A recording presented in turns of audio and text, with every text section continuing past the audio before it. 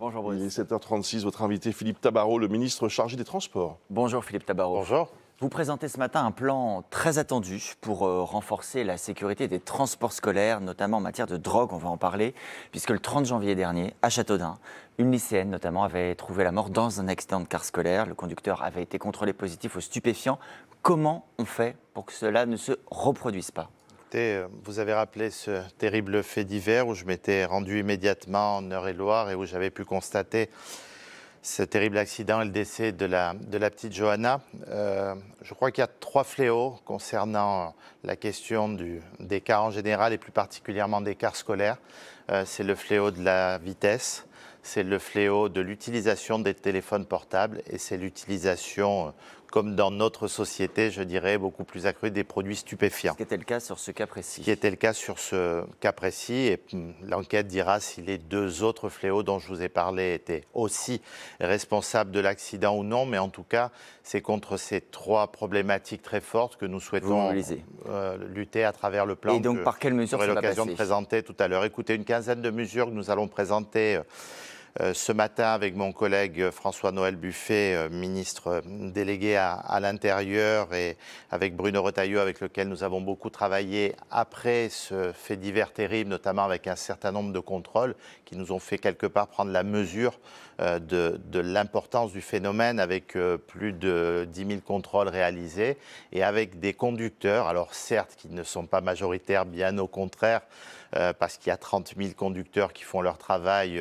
bien, je dirais, dans de bonnes conditions pour la sécurité de nos enfants, mais des personnes qui le matin se lèvent pour aller travailler et sont sous l'emprise de stupéfiants et vont amener nos enfants à l'école primaire, au collège ou au lycée. Qu'est-ce que vous allez donc pouvoir faire pour empêcher, j'y reviens, que cela se reproduise ? Alors nous avons souhaité, avec les opérateurs de transport, avec les entreprises, multiplier les contrôles au sein même de l'entreprise de manière inopinée concernant les stupéfiants, renforcer également les contrôles de police très régulièrement, avoir une meilleure formation de ces conducteurs sur les risques des produits stupéfiants notamment, utiliser les technologies nouvelles sur la fabrication des bus pour sécuriser encore un petit peu plus les enfants. Je passe notamment aux questions de port de la ceinture et autres. L'utilisation de caméras qui puissent permettre, en cas de problème, d'alerter le conducteur sur une perte d'attention, la possibilité aux enfants de pouvoir immédiatement, à travers un numéro de téléphone, contacter des personnes référentes pour dire que quelque chose se passe dans le bus qui n'est pas conforme à ce qui devrait se passer. Bref, des mesures qui font que nous devons prendre en compte cette situation. Même et je veux rassurer quand même les parents aujourd'hui qui voient quelquefois leurs enfants partir la boule au ventre dans les transports scolaires. Ça touche 158 accidents non mortels environ par an, mais c'est pratiquement un jour sur 2. Et un accident est un accident de trop. Philippe Tabarot, revenons sur la question des tests, pour être sûr d'avoir bien compris. Ce sont des tests qui seront aléatoires. À quelle fréquence et de quel type de test on parle pour détecter quoi? Des tests salivaires qui pourront détecter tous les types de drogues? Ce seront des tests qui seront opérés par les entreprises de transport plusieurs fois dans l'année de manière aléatoire. Bien sûr, des tests de police. Et puis également, et là c'est à une échéance de plusieurs mois, mais je souhaite que l'on travaille énormément sur ces questions et que la filière puisse avancer sur quelque chose qui puisse permettre de contrôler les chauffeurs dès qu'ils montent dans le bus, un petit peu dans l'esprit de ce qui s'était fait il y a quelques années avec les éthylotests dans les années 2010 et qui a plutôt bien fonctionné et éradiqué en grande partie l'alcool au volant. Ce sera pour stopper le démarrage, mais ça demande encore quelques mois pour que la technologie puisse être avancée, notamment pour pouvoir contrôler tout type de drogue,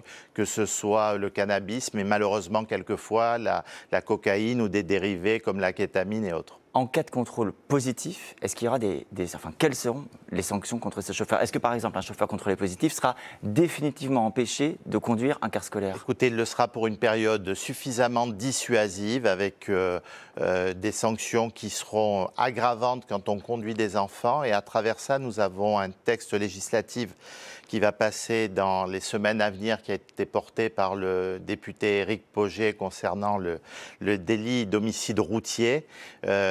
qui existera pour tous les automobilistes. C'est pour lutter contre cette notion d'homicide involontaire qui révolte quelques victimes, quelques familles de victimes à juste titre. Et il y aura des peines aggravantes, bien sûr, pour les conducteurs de bus, notamment pour enfants et adolescents. Vous avez parlé de la possibilité d'alerte via un numéro de téléphone et d'alerte par des caméras pour le conducteur. Comment ça va se passer concrètement?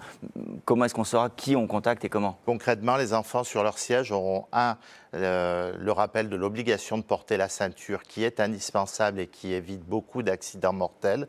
Et deuxièmement, un numéro à prévenir immédiatement en lien avec l'établissement et les informations porteront, puisque ce plan a été mené également en lien avec l'éducation nationale pour alerter immédiatement et que le chauffeur soit prévenu qu'une anomalie se passe dans son car, qu'il soit ou non responsable. Je voudrais également, Philippe Tabarot, qu'on évoque avec vous la grève qui se prépare à la SNCF pour la semaine prochaine, au moment des ponts du 8 mai, d'ailleurs même dès le début de semaine pour certains syndicats. Est-ce que de votre point de vue, cette grève qui s'annonce comme une semaine noire, nous dit Sudrail, cette grève est encore évitable?